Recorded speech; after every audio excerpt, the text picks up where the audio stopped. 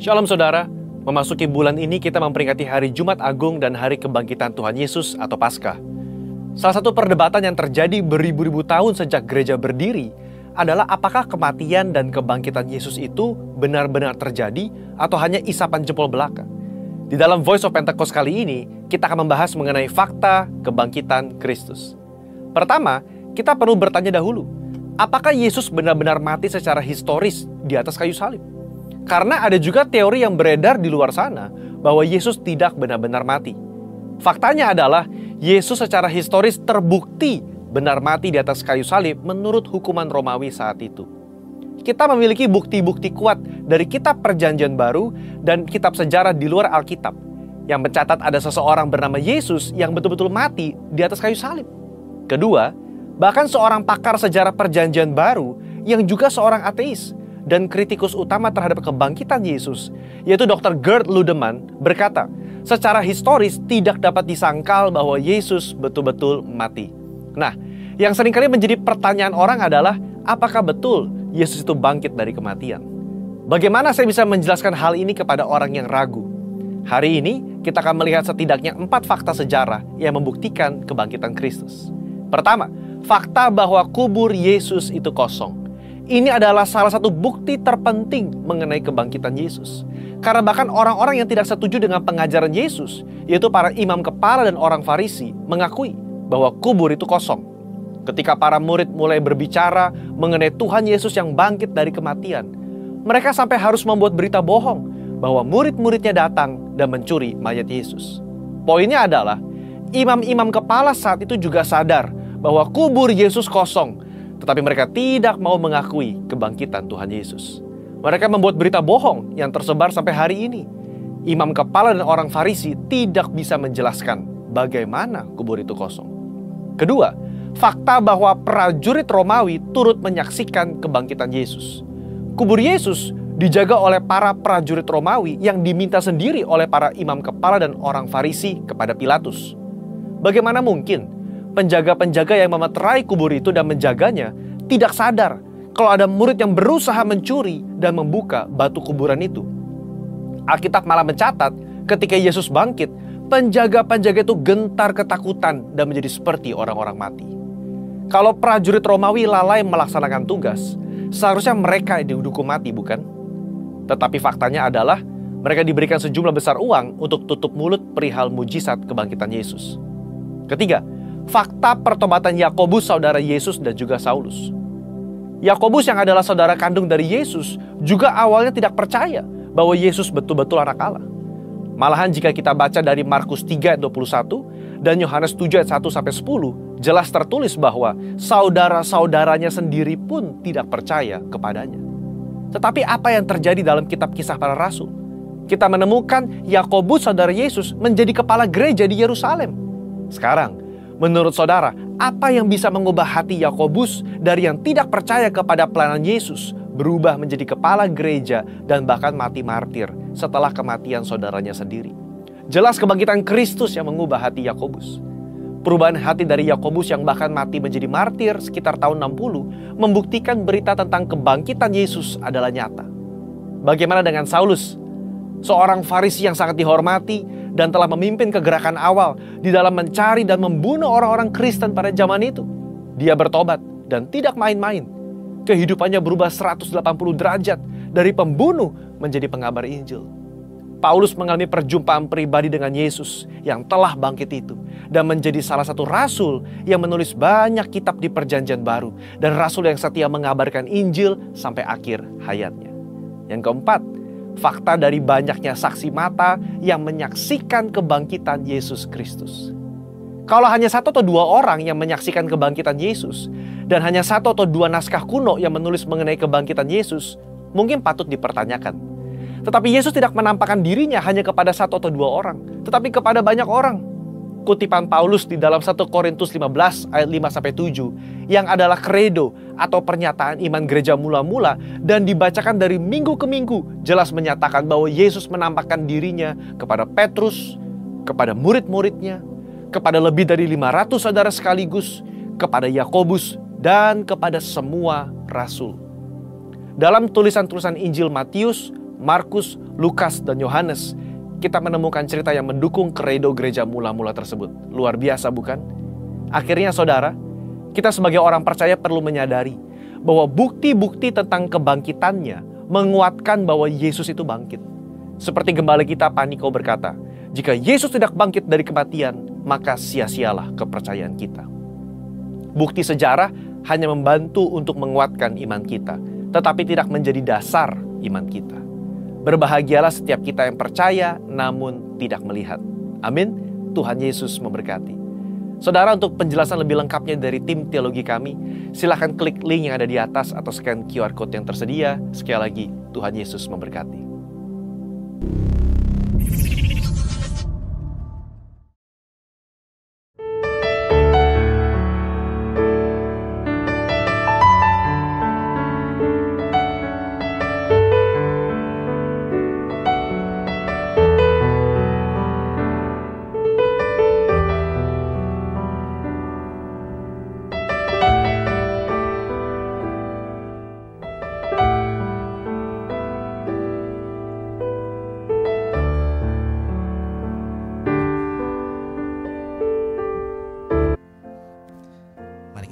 Bersama-sama lagu ini. Kasih yang terindah, hati yang mulia, hanya ku temukan di dalam-Mu, Yesusku. Pujian dari hatiku selalu di setiap waktuku, tiada pernah berubah. Kasih-Mu karya terbesar, karya terbesar dalam hidupku. Pengorbanan-Mu yang selamatkanku. Engkaulah harta yang tak ternilai, yang ku miliki dan ku hargai. Yesus, Engkau ku kagumi. Dari awal sekali lagi Bapak Ibu Saudara, ayo katakan bersama-sama. Kasih yang terindah, hati yang mulia, hati yang mulia, hanya ku temukan di dalam-Mu, Yesus. Pujian dari hati kami, pujian dari hatiku, selalu, selalu di setiap waktuku, tiada pernah berubah. Kasih-Mu karya terbesar, karya terbesar dalam hidupku. Pengorbanan-Mu yang selamatkanku. Engkaulah yang tak ternilai, yang ku miliki dan ku hargai. Yesus, Engkau ku kagumi. Karya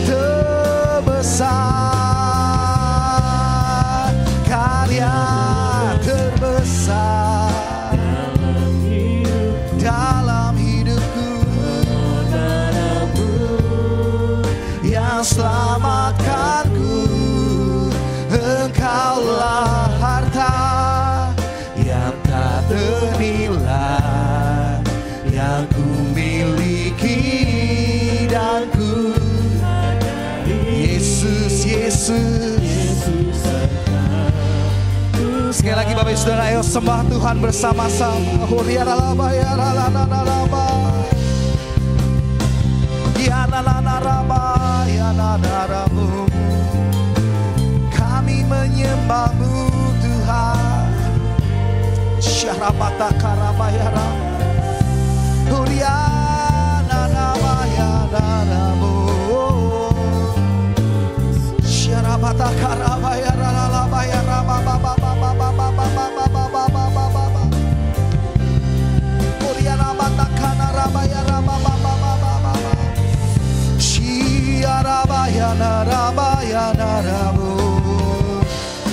Kau yang besar, kau yang mulia, pengorbananmu Tuhan, darahmu, tubuhmu, kebangkitanmu nyata. Huriarabata syandaraba, huriarabata karabayaraba baba, hiarabata shehererealaraba. Yesus, Tuhan Yesus, karya terbesar, karya terbesar. Saya undang kita untuk bangkit berdiri bersama-sama.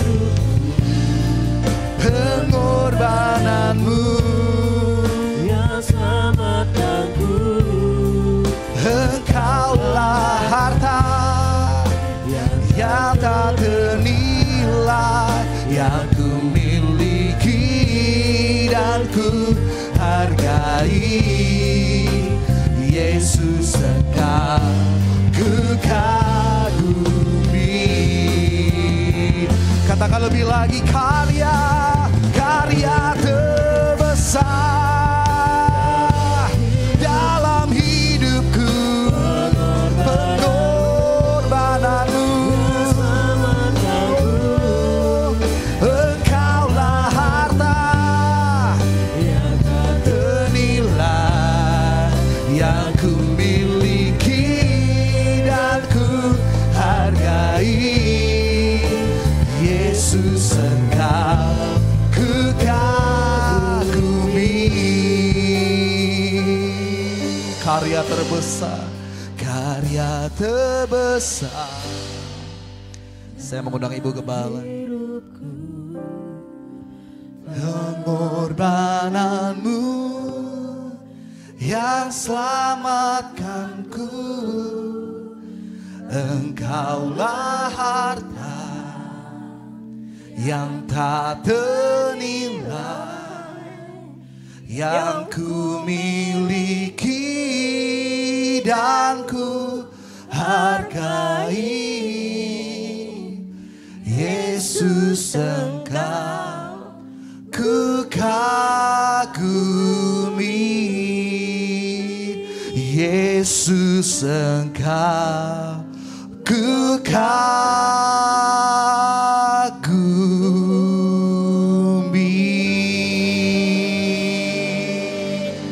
beri kemuliaan yang dahsyat buat Allah kita. Haleluya. Terus sembah Dia sekali lagi. Iya rabayara labasika rabayara labayara labayara labayara labayara labayara labayara basi. Datanglah Roh Kudus, jamah setiap kami, pulihkan hati kami. Kuasa kebangkitan-Mu membangkitkan setiap kami. Haleluya, haleluya Tuhan. Terima kasih untuk sore ini. Kami sekali lagi boleh memperingati hari yang dahsyat. Kebangkitan-Mu dari kematian. Mengalahkan maut dan apa saja bisa dikalahkan oleh Tuhan. Terima kasih Bapak. Biarlah iman kami boleh benar-benar kokoh kuat. Untuk kami terus beriman. Dengan adanya kuasa kebangkitan itu. Kami pasti menjadi pemenang. Bahkan lebih daripada pemenang. Kuasa-Mu ada bersama kami, Roh-Mu ada bersama kami. Tuntun kami terus Tuhan sore ini dan seterusnya. Untuk kami masuk lebih lagi menjadi terang. Dan juga lebih lagi berakar dan bertumbuh di dalam Engkau. di dalam kuasa-Mu itu. Terima kasih Tuhan, dalam nama Tuhan Yesus Kristus kami siap sekali lagi dituntun oleh firman-Mu. Mari yang siap katakan bersama-sama. Amin. Sorak-sorai sekali lagi katakan haleluya. Tuhan Yesus bangkit. Tuhan Yesus bangkit. Aku juga bangkit. Nah, mari yang di sebelah sana bangkit merapat ke sini gitu. Kalau boleh, ayo biar lebih enak. Mari, boleh merapat? Ya. Puji Tuhan. Silahkan duduk kembali. Shalom. Ya. Hari ini hari istimewa. Masih ingat toh hari ini hari apa ya? Hari Minggu tentu aja ya. Tapi hari apa? Hari spesial apa saudara? Ya? Paskah. Apa itu Paskah? Tuhan Yesus bangkit. Ya, bangkit itu dari duduk atau dari tidur? Dari mati. Ya, ada enggak nabi lain yang bisa bangkit dari mati? Enggak ada ya. Oleh karena itu kita itu punya yang dahsyat, yang luar biasa, yang tidak ada tandingannya di bumi ini. Nah, mungkin saudara sudah puluhan kali atau mungkin lebih dari 10 kali merayakan hari yang seperti ini. Hari Paskah, kebangkitan Tuhan Yesus. Kalau zaman dulu saya masih kecil, ya, hari merahnya tuh 2. Hari Minggu dan hari Senin, Paskah kedua. Itu tetap menjadi hari libur. Ya. Tapi sekarang tinggal 1. Ya. Tidak apa-apa, tapi kita bersyukur Indonesia sudah mencanangkan penyebutan Isa Al-Masih diganti dengan Yesus Kristus. Amin. Nah, itu satu yang luar biasa loh. Ya, bukan hal yang biasa-biasa saja. Itu hasil doa-doa kita untuk Indonesia. Amin. Nah, amin. Saudara mendoakan Indonesia terus. Luar biasa ya. Tuhan terus tuntun, Tuhan terus pimpin. Sehingga kita sudah selesai dengan pemilihan presiden. Ya, dan ke depan kita terus berdoa. Ada hubungan kembali antara Indonesia dan Israel. Ada berkat hubungan itu Tuhan akan memberkati Indonesia lebih lagi. Amin. Karena kalau kita memberkati Israel, pasti diberkati Tuhan. Tapi kalau mengutuk Israel, nah itu dia. Ya, doakan terus supaya Tuhan mengampuni bangsa ini. Karena sering-sering mengutuk, ya kan? Ya, saking tidak ngerti saudara. Ya, puji Tuhan kayak kita sebagai anak-anak Tuhan, kebangkitan Yesus ini merupakan sesuatu kehidupan. Ya, kebangkitan Yesus itu sama dengan hidup. Kita lihat ayatnya, Yohanes 11 ayat 25-26.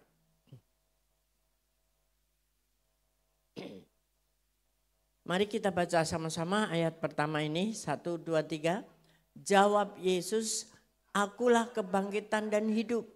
Barang siapa percaya kepadaku, ia akan hidup walaupun ia sudah mati. Sebentar. Kayaknya suaranya seperti 5 orang. Tadi belum tidur siang. Tapi masih bisa dong kalau baca diperkeras ya. Oke ya, kita ulang sekali. Ini dahsyat loh ayat ini loh. Ini luar biasa. Tapi kita biasa-biasa aja gitu ya. Ayo sekali lagi ya. 1, 2, 3. Jawab Yesus, akulah kebangkitan dan hidup. Barang siapa percaya kepadaku, ia akan hidup walaupun ia sudah mati. 26. Dan setiap orang yang hidup dan yang percaya kepadaku tidak akan mati selama-lamanya. Percayakah engkau akan hal ini? Tolong dijawab. Percayakah engkau akan hal ini? Amin. Jadi apa janjinya? Karena ada kebangkitan, kita mendapatkan hidup kekal. Jadi Yesus bangkit itu untuk memberikan kehidupan kepada kita semua yang percaya. Nah makanya ditanya, percayakah engkau akan hal ini? Ya, jadi kalau memang hidup itu kekal, ya, tidak akan mati selama-lamanya. Kalau kita mati nanti kita bangkit kembali seperti Yesus bangkit. Bersama-sama terus selama-lamanya dengan Allah Bapa di surga. Maka dari itu apa sebabnya kita mesti takut mati? Ya, ada yang masih takut mati. Ya kan belum menikah itu, ada yang anak-anak muda belum menikah. Nanti menikahnya di surga nggak apa-apa. Tapi takut mati itu karena serem, tidak tahu arahnya kemana. Padahal Yesus bangkit, lalu nanti 40 hari kemudian nanti Yesus naik ke surga. Ngapain dia di sana? Halo? Menyediakan tempat buat kita. Nah itu dia, tiketnya sudah dibayar lunas saudara. Tinggal kita mau melangkah mengambilnya enggak? Tiket itu. Mengambilnya dari Yesus dengan cara apa? Percaya sepenuhnya. Hidup yang berkenan di hadapannya. Hidup kudus. Hidup yang sesuai dengan firman-Nya Tuhan. Ya. Nah, jangan ragu-ragu bahwa Tuhan tuh memberikan kebangkitannya sebagai suatu hidup. Dan hidup itu berkelimpahan. Bukan hidup pas-pasan. Ingat itu. Lihat ayat Yohanes 10 ayat 10 dan 11. Ini ayat yang terkenal, ayat nas kita. Pencuri datang hanya untuk mencuri dan membunuh dan membinasakan. Aku, siapa itu aku? Yesus datang untuk supaya mereka mempunyai hidup. Dan mempunyai dalam segala. Nah, mari kita kembali fokus ke ayat-ayat ini. Kita merayakan, wah ini hari kebangkitan Tuhan, Paskah. Semua gereja penuh saudara. Tapi kalau di gereja ini kosong nih sore ini. Seperti biasanya tidak ada perubahan gitu ya. Tapi gereja di sono-sono kalau hari-hari biasa kosong, pas Paskah sampai pasang tenda. Gereja-gereja yang di luar kita lah itu. Ya. Kalau gereja-gereja seperti kita ini setiap minggu sudah sama. Kerinduan untuk beribadah itu tidak tergantung pada hari Natal atau hari Paskah. Karena kita sudah tahu bahwa Yesus itu bangkit memberikan hidup dan tidak hidup yang asal ecek-ecek. Tapi hidup yang berkelimpahan. Berkelimpahan itu artinya itu jangan diterjemahkan mesti banyak emasnya, banyak rumahnya, apalagi banyak hartanya. Tapi plus lagi banyak istrinya, banyak suaminya, ya kan? Karena banyakkan harta toh. Nah, bukan itu, tapi berkelimpahan di dalam kasih Yesus. Apa itu? Kita mudah mengasihi orang lain. Memberikan kasih kita. Karena Yesus dasarnya adalah kasih. Karena demikianlah Allah mengasihi dunia ini sehingga dia memberikan anaknya yang tunggal. Dikorbankan sampai menderita seperti itu. Kita nggak perlu pasang film itu lagi ya. The Passion kan. Bikin serem-serem aja gitu kan. Tapi kita hanya bayangkan bahwa penderitaan Yesus itu sangat luar biasa. Maka marilah kita hargai penderitaan Yesus di kayu salib. Itu gara-gara kita semua. Untuk supaya kita tidak mati kekal tadi. Supaya setelah kita mati pun satu waktu nanti Yesus datang itu bangkit. Kubur-kubur itu akan terbuka seperti ini. Ini kubur kosong. Membuktikan fakta tadi pagi Pak Yakobus jelaskan. Tidak perlu bukti karena faktanya, kenyataannya kubur itu kosong. Banyak yang menjadi saksinya. Ya, tapi kenapa ya murid-murid Yesus saat itu ketika mereka pagi-pagi datang ke kubur dan melihat kubur yang kosong, mereka malah bertanya sama tukang kuburnya. Kemana ya mayat Yesus? kamu tahu nggak siapa yang mencurinya supaya aku bisa mengambilnya. Atau kalau perlu menebusnya dengan uang. Mungkin serdadu-serdadu Romawi. Segitu itu murid, saudara. Yang dekat dengan Yesus. Apakah mereka tidak dengar waktu Yesus bilang, aku mati, tapi aku akan bangkit di hari yang ketiga. Pasti berkali-kali Yesus ngomong itu. Tapi ketika terjadi kenyataannya, loh malah bingung. Ya ada yang nangis, cari Yesus. Bahkan ketika Yesus menampakkan dirinya pun dia bilang, apa tuh? Jaga kubur, serem. Itu keanehannya. Kemarin Jumat saya sampaikan tentang Yudas yang menjadi maklar jual Yesus. Murid. Nah hari ini saya ingin kita melihat tentang satu murid lagi. Si Petrus namanya. Apa keanehan Petrus, saudara?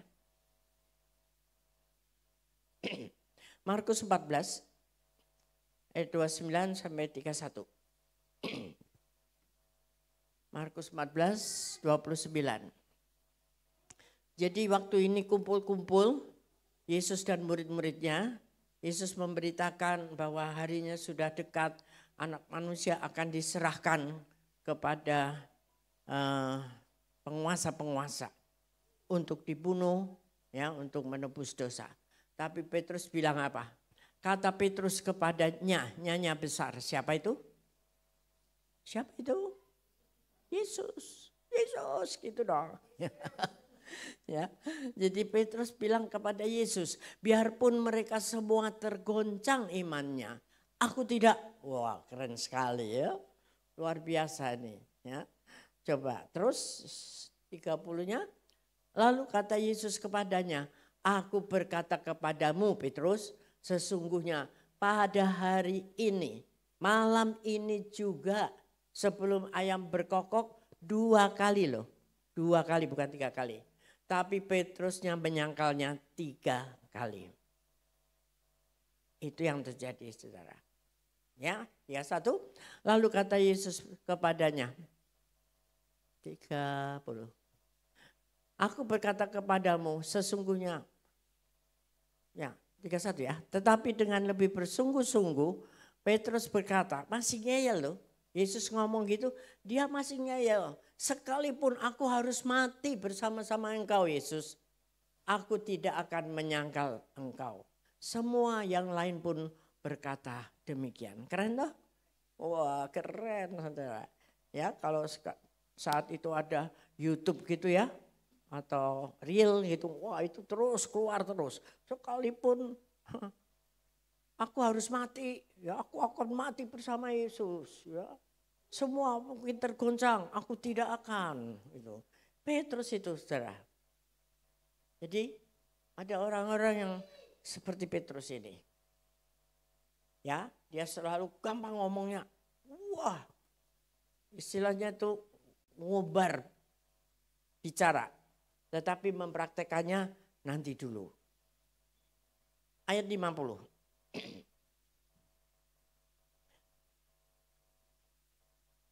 Lalu semua murid itu meninggalkan dia dan melarikan diri. Dianya dibesar. Siapa tadi? Yesus. Ya toh? Ketika mulai Yesus mulai ditangkap, ya, karena Yudas cium untuk sebagai tanda dia jual Yesus, dapat duit 30 keping perak. Toh? Terus Yesus ditangkap. Lalu yang lain murid-muridnya kabur, saudara. Luar biasa itu. Kabur semua. Ya. Jadi seringkali ironi sekali kejadian-kejadiannya seperti itu. Petrus ya, ngomong besar. Ya. Yudas jual Yesus. Petrus juga yang memotong telinga. Siapa itu? Tentara itu ya. Petrus juga kan. Potong satu tuh. Saking membela Yesus. Tapi justru Yesus bilang, kamu tidak perlu lakukan itu. Dan ditempel lagi telinganya. Jadi, saudara, nggak perlu dijahit. Ya. Jadi seringkali itu apa sih? Emosi, saudara. Semangat sesaat. Wah, ketika ada KKR, wah, tadi malam anak muda di sini luar biasa, saudara. Ya, menuju kepada persiapan Road to Everyone 2024. Anak muda luar biasa dipakai Tuhan. Nah, ini persiapan pemanasan, gitu ya. Beberapa gereja dari Pondok Gede ini ada sekitar berapa ya kemarin ya? 200-an sampai ya. Sampai waduh. Ruangannya jadi hangat, saudara. Penuh dengan Roh Kudus. Amin. Nah, mudah-mudahan, jangan mudah-mudahan. Doa saya, ya kemarin juga saya tantang, jangan sukacita hanya malam itu saja kemarin. Tapi seterusnya, apapun yang datang dalam hidup ini, terus semangat. Terus berkata Yesus baik walaupun keadaanmu tidak baik. Jangan model-model Petrus gini, gampang ngomong, tetapi menjalaninya tidak komit, saudara. Tidak dengan iman yang kokoh. Nah, artinya imannya itu cetek, saudara. Seperti kalau pohon tuh tomat gitu ya. Akarnya dalam apa enggak? Pernah lihat pohon tomat? Enggak pernah. Ya ampun. Ya, tapi kalau misalnya kita cabut gitu kan ya. Gampang roboh enggak sih pohon tomat itu? Kan dia merambat gitu ya. Nah, yang merambat itu biasanya akarnya dalam atau cetek? Cetek toh. Ya, tomat apalagi itu. Kayak semangka gitu ya. Pohon-pohon yang seperti itu gampang sekali kering, layu. Karena akarnya tidak dalam. Kasih saya contoh pohon yang akarnya dalam. Yang tidak mudah layu, tidak mudah patah karena badai. Pohon apa, saudara? Nanti ada hadiah dari Bu Desi. Ayo, siapa yang tahu? Pohon apa? Pinus. Tadi siapa yang bilang pinus? Enggak ada, atau saya sendiri ya? Kayaknya seperti dengar pinus gitu. Pinus tahu? Cemara. Ya, makanya itu cemara dipakai untuk pohon terang, pohon Natal. Karena dia akarnya tuh dalam sekali. Walaupun daunnya cuman gitu ya, kriwil-kriwil gitu. Tapi itu kalau kena angin, dia ikut, saudara. Batangnya tuh lentur. Angin ke kiri dia ikut ke kiri. Bangkit lagi, angin ke kanan dia ikut ke kanan, tidak patah. Karena apa? Akarnya dalam. Pohon apa lagi? Kurma. Ya. Itu juga akarnya kokoh kuat. Zaitun, saudara. Pohon zaitun. Pohonnya lumayan besar. Makanya buah zaitun itu sangat bermanfaat. Karena pohonnya itu mencari makanan dari dalam. Ya. Terus akhirnya tumbuh buah tidak gampang habis karena panas, karena angin. Aduh, buahnya pasti bagus. Mendapat makanan yang baik. Dari akar ke batang dan ke buah. Lalu jadilah dia minyak. Yang terkenal sebagai minyak urapan dari buah zaitun. Membuatnya gimana? Dikilang dengan kilangan sampai berkali-kali, saudara. Diperes habis. Nah, makanya kita hidup itu untuk mendapatkan iman yang kuat. Tidak enak-enak aja. Cuman terus nyanyi-nyanyi, jingkrak-jingkrak seperti itu kan. Sukacita karena semuanya baik. Tetapi belum diperes, belum digiling seperti buah zaitun. Ketika ada masalah, ketika ada persoalan, mungkin bencana, mungkin dalam rumah tangga, mungkin tidak bisa melanjutkan sekolah, mungkin ditinggal pacar. Tinggal pacar, manusia masih bejubel di dunia ini. Ya. Minta sama Tuhan yang terbaik. Pasti Tuhan beri. Dan dia lebih tahu dari kita sendiri. Itu hasil daripada minyak zaitun yang dikilang, diperas, digiling sampai berkali-kali. Sampai akhirnya disaring lagi, jadilah minyak urapan. Yang paling bagus.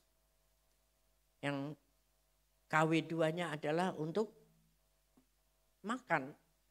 Untuk menggoreng itu saudara, orang-orang yang sakit, yang kolesterol, disarankan dokter untuk gorengnya pakai minyak zaitun. Tapi harganya segudang. Karena membuatnya juga susah. Nah itulah, kalau engkau punya iman yang kokoh, kuat, tertanam dalam, buahmu itu mahal harganya. Amin. Buah imanmu itu mahal harganya.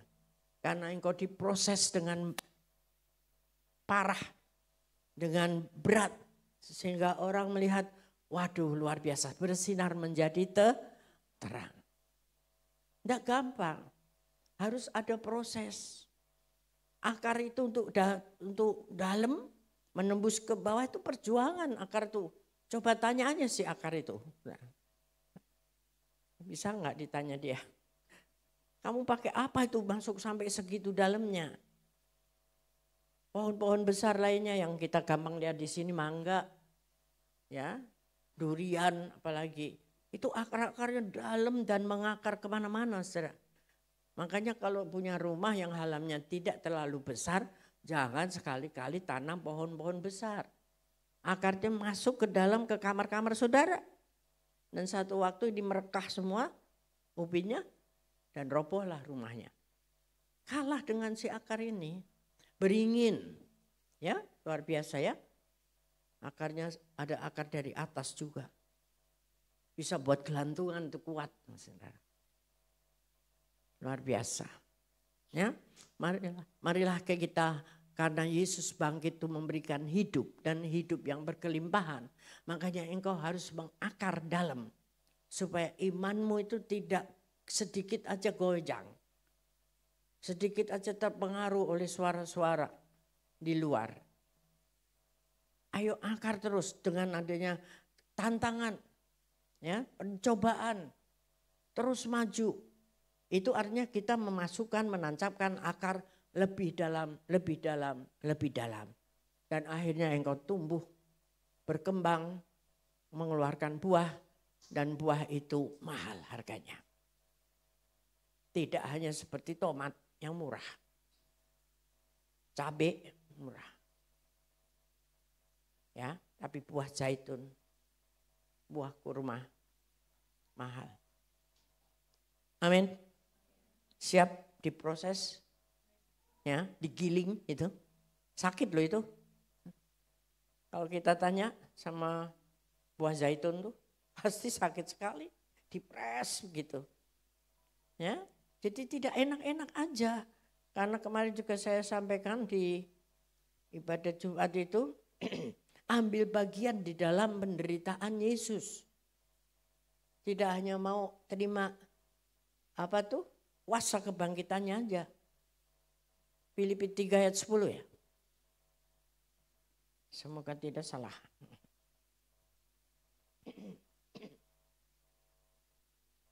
Kata Rasul Paulus itu. Betul ya? Yuk kita baca bersama-sama. 1, 2, 3. Yang ku kehendaki ialah mengenal dia dan kuasa kebangkitannya dan persekutuan dalam penderitaannya, di mana aku menjadi serupa dengan dia dalam kematiannya. Tuh, akunya yang ku kehendaki itu, kunya itu ku kecil, si Paulus. Artinya itu kita semua. Ya, mengenal dia, D-nya besar. Siapa itu? Yesus. Mengenal Yesus secara pribadi, jangan kata orang. Kayak orang buta yang mengenal orang tapi kata orang, cerita dari orang lain. Tetapi engkau harus membuktikan itu. Ayub luar biasa prosesnya. Dan di akhir pasal yang terakhir itu dia bilang, sekarang aku tahu. Sekarang aku mengenal Allahku secara pribadi. Bukan kata orang. Karena dia sudah mengalami proses yang besar, yang berat. Jarang sekali yang mengalami seperti Ayub dan dia kuat. Apa itu? Pertama kali ternak habis. Ya, ternak habis. Kenapa yang dihabisin ternak nomor 1? Karena di zaman itu orang memberikan mezbah penyembahan kepada Tuhan itu pakai ternak, kambing domba. Ya toh? Itu alat untuk menyembah Tuhan. Itu yang dihabisi dulu. Jadi kalau zaman sekarang engkau menyembah Tuhan pakai apa? Pakai kambing domba? Ya, pakai apa? Kita kalau nyembah Tuhan pakai apa? Hati kita. Roh Kudus yang ada di dalam hati kita. Nah, kalau Roh Kudus itu diganggu, ya artinya engkau punya masalah yang membuka hati untuk masukan-masukan, untuk apa? Kecewa, untuk sakit hati, itu Roh Kudusnya diem. Karena engkau mengandalkan atau mementingkan urusan-urusan itu. Sehingga ketika Roh Kudusnya diem, pasif, kita memuji menyembah Tuhan susah. Males lama-lama kan. Lama-lama kayak males kah. Memuji menyembah Tuhan kayak gak ada apa-apanya. Bukan Tuhannya yang salah, kitanya sendiri. Yang membiarkan ada celah yang terbuka untuk masalah itu kita besar-besarkan. Nah, harusnya yang benar gimana? Ketika ada masalah masuk, katakan, "Hai masalah, engkau tidak lebih besar dari Allahku."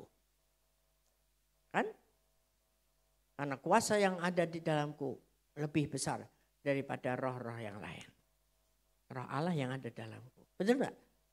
Nah itu ya, jadi ayatnya belum, jangan hilang dulu bro. Filipi 3. Jadi mari kita sama-sama seperti Paulus. Aku menghendaki untuk mengenal dia, mengenal Yesus secara pribadi. Sehingga iman kita tidak gampang goyah kalau sudah kenal Yesus. Ketika ada masalah, ketika ada kejepit, Yesus pasti datang menolongku. Nah punya pengalaman-pengalaman itu tidak akan menggoyahkan iman kita. Dan berikutnya apa? Karena ada perintah juga dan bersekutuan dalam penderitaannya. Jangan salah. Jadi tidak hanya mau yang enak, yang dahsyat, berkat, mujizat. Ya, tapi tidak mau menderita. Menderitanya itu karena nama Yesus, bukan menderita karena utang pinjol. Kalau itu salahmu dewek, ya toh. Siapa yang suruh utang? Siapa yang suruh berantem, pukul-pukulan sampai masuk penjara misalnya. Berjudi, lalu kalah sampai harus menjual segala hartanya, menutupi itu semua. Nah itu kan semua melanggar apa yang Tuhan arahkan. Yang Tuhan mau adalah kita baca firman Tuhan, memuji, menyembah Dia di dalam kesesakan sekalipun seperti Daud. Ya, hai jiwaku bangkitlah. Jiwanya lagi galau saudara. Tapi yang punya jiwa itu kita. Perintahkan jiwa kita. Ya, kamu tidak bisa galau karena ada roh Allah dalamku. Bangkit dan menjadi teranglah. Ya, ngomong gitu sambil baca firman Tuhan. Sambil nyanyi memuji Tuhan. Nah itu iblis-iblisnya nyingkir semua. Tidak bisa mempengaruhi kita lagi. Kan? Nah akhirnya kita akan menjadi serupa dengan dia di dalam kematiannya. Mati untuk bangkit kembali untuk menjadi terang. Dan saudara saya dapat satu poin hari ini. Kenapa tahun ini temanya adalah bangkit jadi teranglah. Kalau dihubungkan dengan awal mula di Kejadian, penciptaan. Ternyata Kejadian 1 ayat 3 dan 4. Coba tolong. Tiba-tiba ini muncul saudara. Awal pertama di Kejadian Tuhan menciptakan, Allah menciptakan. Itu yang pertama itu terang. Ya, lihat. Berfirmanlah Allah, jadilah terang. Lalu terang itu jadi. Jadi nomor 1 penciptaan itu bukan manusia, ya, bukan cakrawala, bukan laut, tapi terang. Supaya apa? Nanti ujung-ujungnya manusia itu punya terang. Bisa melihat. Terus ayat 4, Allah melihat bahwa terang itu baik.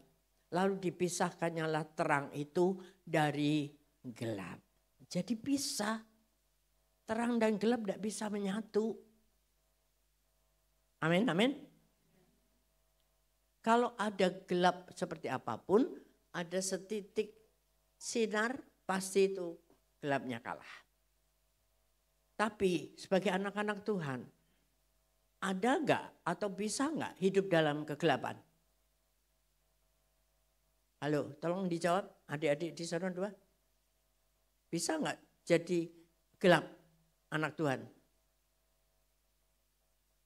Anak Tuhan bisa enggak hidup dalam gelap? Bisa. Tapi jalannya gampang apa susah kalau di dalam gelap? Tiba-tiba ini mati lampunya. Pada waktu mati pertama kali kita sama sekali tidak bisa lihat apapun. Enak gak kira-kira situasi seperti itu? Enggak ya? Lama-lama mungkin ada yang bawa lilin gitu, satu kecil. Tapi yang di ujung sana nggak dapat sinarnya karena kecil. Nah jalannya lalu bagaimana kalau orang dalam gelap? Nah lari-lari gitu. Nabrak-nabrak dong ya. Jadi jalannya gimana? Meraba-raba. Atau cari gandeng-gandengan gitu ya. Kalau di rumah sendiri mungkin udah hafal, oh ini pintunya ke sini. Tapi kalau kita di tempat lain, asing, nggak tahu. Itulah langkah-langkah orang yang hidup dalam kegelapan. Meraba-raba, serba nggak tahu. Seringkali nabrak karena saking gelapnya. Ya, itu sebabnya hubungannya dari pertama penciptaan Tuhan tuh. Allah tuh menciptakan terang lebih dulu. Jadi kalau kita nggak ada di dalam terang tuh ruginya luar biasa. Apa tuh kegelapan yang sekarang?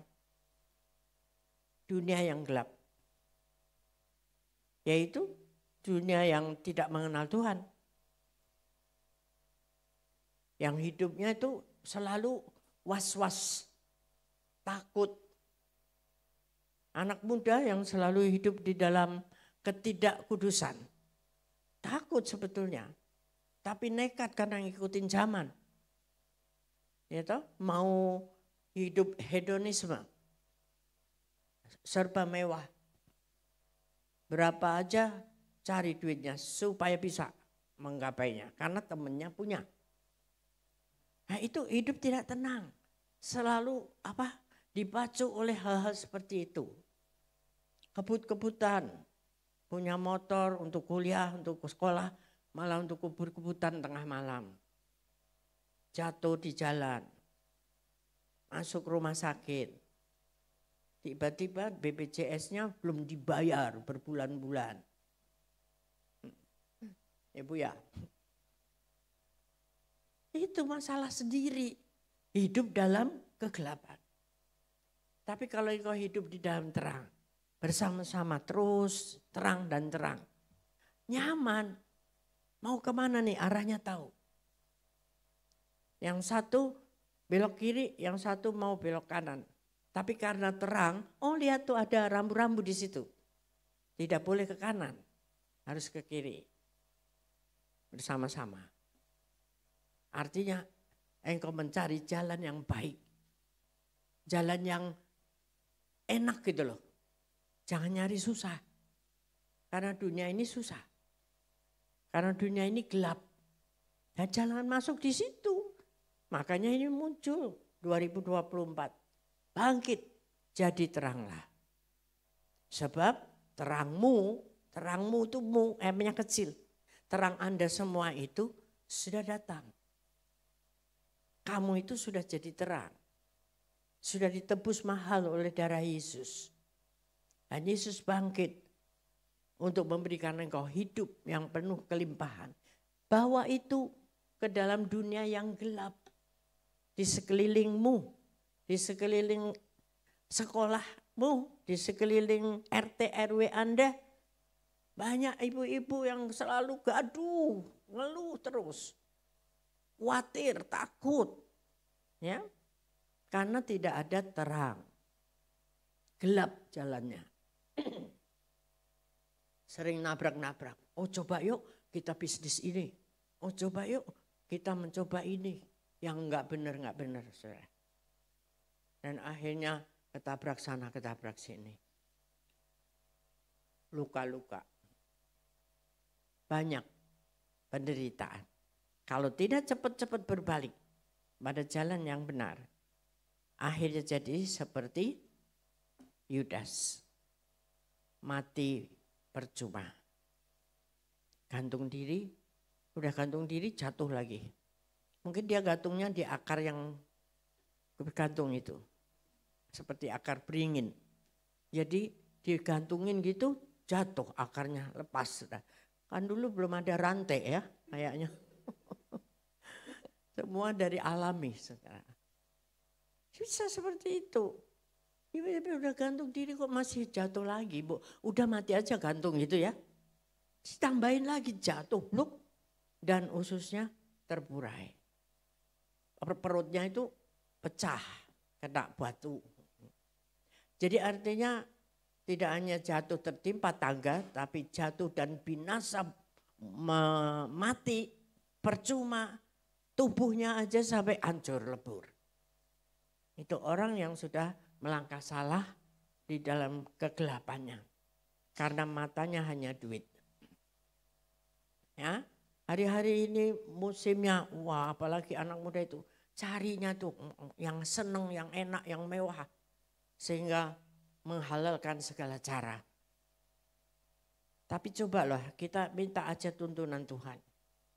Boleh kita minta, boleh kita beli, boleh kita kredit. Tetapi sepanjang itu memang menjadi hal yang diperlukan. Yang menjadi hal-hal yang utama dalam hidupmu. Handphone sekarang memang penting. Ya, mungkin kuliah, sekolah aja mesti PR mungkin dari situ sekarang. Penting. Tapi apakah perlu mesti iPhone 15? Gak harus kan? Nah, tapi banyak yang karena anak itu sahabat saya punya itu. Jadi saya harus, orang tuanya tidak mampu dipaksa. Sampai akhirnya pinjol. Nah sudah pinjol lalu benjol. Ya kan? Sebab tidak bisa membayarnya. Puter-puternya itu lingkaran setannya itu. Ya, jangan terpengaruh pikiran kita dengan pikiran-pikiran dunia. Berpadan dengan apa yang ada. Yesus memberi kelimpahan iya, tapi sesuai dengan setiap kebutuhan kita. Apa yang kita perlu pasti Tuhan beri. Ya kan? Kalau hanya untuk makan, berpakaian, Tuhan tidak akan pernah meninggalkan kita. Tapi tidak berpakaian yang jutaan harganya.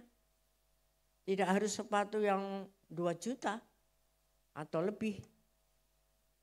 Yang penting kena paku tidak nembus, gitu aja. Kena panas tidak melepuh kakinya. Gitu loh. Ya, jadi kita itu mesti bisa hidup dengan kelimpahan, tapi sesuaikan dengan segala kemampuan kita. Jadi supaya iman kita itu benar-benar mengakar kepada Tuhan, bukan kepada hal yang lain. Bukan kepada harta orang lain. Gampangin, oh nanti temanku bisa minjemin, nanti saya akan ganti cicil. Saudara tahu kemarin yang tabrakan di Tol Halim? Tahu ya? Siapa yang nyetir? Umur berapa? 17 ya? 17. Si Holly umur berapa? Oh, udah kelewat kamu ya. Coba bayangin 17 tahun suruh bawa truk segitu gedenya. Isinya penuh mebel. Dan ketika sudah ditanya di interview, dia ngomongnya apa? Kayak Petrus tadi, saya mau ganti semua itu. Pernah dengar? Sama polisi dia ngomong gitu. Dari mana gantinya coba? Ya itu Om Do. Asal ngomong aja. Jadi tidak ada merasa bersalah, berdosa, bikin salah seperti itu. Udah nabrak sebelumnya lalu nabrak lagi. Begitu gampang mengumbar perkataan sia-sia. Ya itu. Ada lagi yang berempat sekeluarga. Apa? Terjun. Lantai berapa? Berapa ya? Belum dihitung ya. Pokoknya lebih tinggi dari inilah ya. Jadi makanya jangan tinggi-tinggi gedung-gedung itu ya. Itu kemana itu? Ya. Pengaruh apa? Oh, pinjol lagi. Ekonomi. Ya, mungkin mereka hidup dengan hedonisme sehingga harus ngutang. Itu loh. Apakah kita bisa tenang? Punya utang. Bohong kalau tenang. Ya, itu pura-pura tenang. Tapi satu waktu akan, kalau nggak depresi, ya meledak, emosi. Bunuh-bunuh orang, ngerampok, ngerampok bank, dan sebagainya. Ya? Jadi ingat bahwa janji Tuhan itu hidup dalam kelimpahan. Tetapi kelimpahan yang sesuai dengan apa yang kita butuhkan. Mujizat terus ada, tetapi kita jangan bikin-bikin mujizat. Ya, jangan asal ngomong gitu loh. Kadang-kadang bisa pakai profetik. Wah Tuhan ngomong loh sama saya bahwa kamu itu jodoh saya. Percaya yang sononya sudah punya pacar dilepasin. Ganti sama dia. Ternyata itu lo buat-buat, bukan nubuat. Ya. Bikin-bikin sendiri karena dia senang sama dia. Gitu loh. Ya. Itu di sana bahas apa ya itu ya? Di situ ya. Itu diskusi apa bertiga? Dengar gak nih yang kita omong nih? Dengar kan? Iya, coba dong sini, jangan diskusi sendiri. Sibuk sendiri, saya terganggu loh ini. Ya, punya pacar nggak Yosan? Punya? Oh enggak. Mau ambil pacar orang nggak? Enggak. Jangan bilang-bilang ya. Kalau pacar orang lain dia bilang Tuhan bicara padaku. Kamu punyanya aku. Nah itu sekarang ada banyak punya yang sok rohani seperti itu. Ya, jadi semua itu tidak benar. Mari kita lihat ayatnya 4. Matius 11 ayat 2 sampai 6.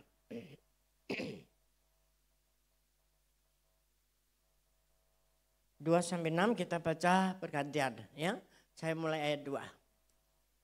Di dalam penjara Yohanes mendengar tentang pekerjaan Kristus. Yuk.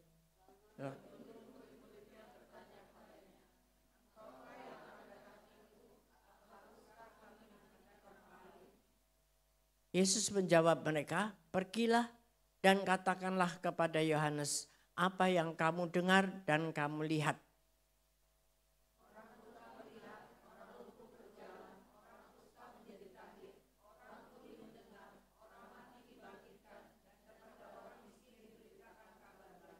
6 bersama-sama.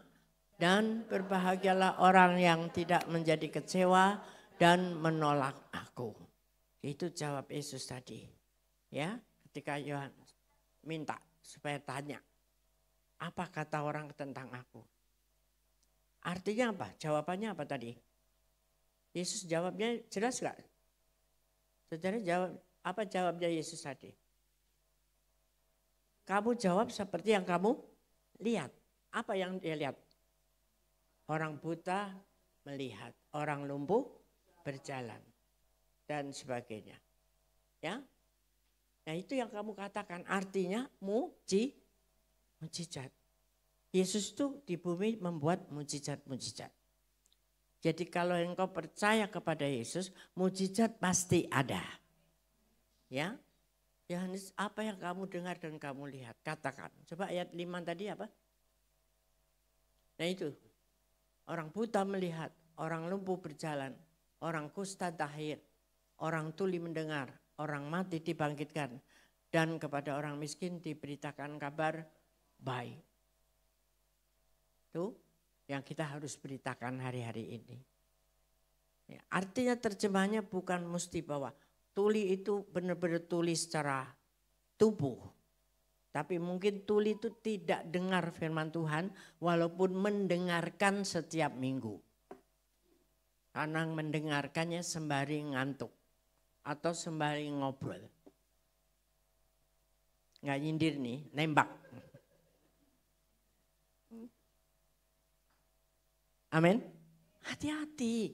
Kalau dengar firman, dengar benar-benar supaya masuk. Wong dengar benar-benar aja belum tentu masuk di sini. Pulang sampai pintu situ udah hilang semua.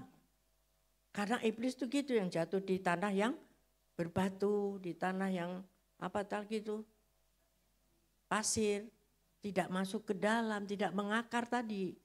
Dan nanti ada badai, ada panas, udah hilang semua, tidak bertumbuh. Ini kehidupan iman kita. Bagaimana supaya mengakar ke dalam, tumbuh ke atas, berbuah baik, kuat. Ini akhir zaman. Godaannya tuh kuat sekali. Kalau kita nggak punya iman yang kuat tuh, aduh, kasihan mereka itu. Nah, bagaimana Anda bisa ngajak, menjelaskan kepada orang-orang, everyone, kepada setiap orang yang ditemui, ajak, ayo. Aku punya Yesus yang luar biasa bisa menolong kamu. Tapi dirinya sendiri masih ragu. Masih sering ngambek-ngambek. Masih sering kabur dari rumah. Dan sebagainya. Ya gak bisa. Ya toh? Nah nanti yang kita akan rayakan ini lawatan Tuhan untuk anak muda khususnya. Di bulan Juli itu. Di SICC. Ya.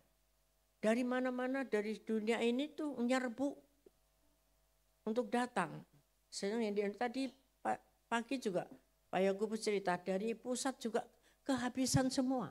Daftar semua ditolak. Karena santai. Punyanya sendiri seperti yang gitu ya di Indonesia.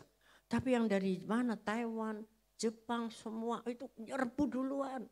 Kehabisan kuota kita yang di Indonesia ini. Karena tidak nganggap itu penting. Dan itu yang Tuhan beri melalui gembala pembina kita Pak Niko. Nah kalau nggak bisa ke sana nggak apa-apa. Bisa ikut Zoom, kita bisa cari tahu bagaimana lawatan Tuhan ini. Dan praktekkan dalam hidupmu. Jamah atau ajak setiap orang. Jadi berkat, jadi terang. Jangan malah yang terang digelapkan. Ya. Karena Tuhan menanti-nantikan anak-anak muda untuk bangkit berdiri. Yang sudah dewasa, sudah lebih manula. Ya. Ini mendoakan supaya kalian maju terus. Jadi kalau dikasih tahu jangan ngambek. Ya. Karena pasti orang tua memberitahu untuk kebaikan Anda. Amin. Tuhan Yesus baik. Siapa yang mau diberi hidup kelimpahan, angkat tangannya. Ya, yuk kita bangkit berdiri. Mari, sebab dia hidup, ada hari esok. Ya. Yesus hidup, Yesus bangkit memberikan hidup. Dan jadi teranglah. Terus pertahankan imanmu. Tidak omong doang, tidak semangat sementara seperti Petrus. Ya, tapi terus menyala-nyala karena api Roh Kudus terus menyala dalam hidup kita. Yuk katakan dengan sungguh-sungguh, sebab dia hidup, ada hari esok. Jangan percaya omongan orang lain, masa depan suram, enggak ada. Di dalam Yesus, masa depan penuh harapan. Haleluya. Ciptaan.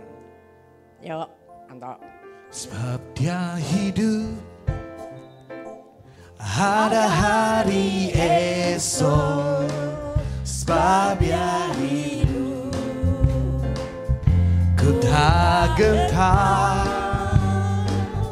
karena ku tahu dia pegang hari esok. Hidup jadi berarti sebab dia hidup. Sebentar, yuk nanti kita gantian nyanyi ya. Biar kelihatan siapa yang semangat. Ya ibu-ibu, cewek-cewek, wanita nyanyi dulu. Ya, nanti pria berikutnya. Ya, yuk. Sebabnya hidup, ada hari esok. Sebab dia hidup, ku tak gentar, karena ku tahu dia pegang hari esok. Hidup jadi berarti sebab dia hidup. Ayo pria, nyanyi kuat-kuat. Dia hidup, ada hari esok. Sebab dia hidup, ku tak gentar, karena ku tahu dia pegang hari esok. Hidup jadi berarti sebab dia hidup. Sama-sama semuanya. Saat dia hidup, ada hari esok. Sebab dia hidup, ku tak gentar, karena ku tahu dia pegang hari esok. Hidup jadi berarti sebab dia hidup. Hidup jadi berarti sebab dia hidup. Yesus hidup. Hidup jadi berarti sebab Yesus hidup. Haleluya. Siapa yang mau hidupnya berarti? Angkat tanganmu. Siapa yang mau hidupnya berkelimpahan? Mari kita berdoa bersama-sama. Percaya dan yakin akan janji Tuhan. Bahwa Dia bangkit untuk memberikan engkau hidup. Dan hidup itu berkelimpahan. Dalam segala hal. Dalam kekuatan. Dalam akal budi. Di dalam tenagamu. Sempurna. Kuat. Sehat.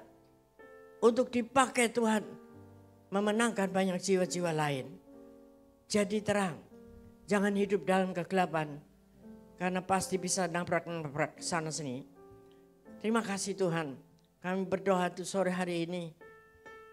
Biarlah kuasa-Mu turun. Memberikan kekuatan yang baru. Terang yang baru. Dan kami meninggalkan kegelapan itu. Dan menjadi terang dimanapun berada. Supaya kami tidak menyia-nyiakan kebangkitan-Mu.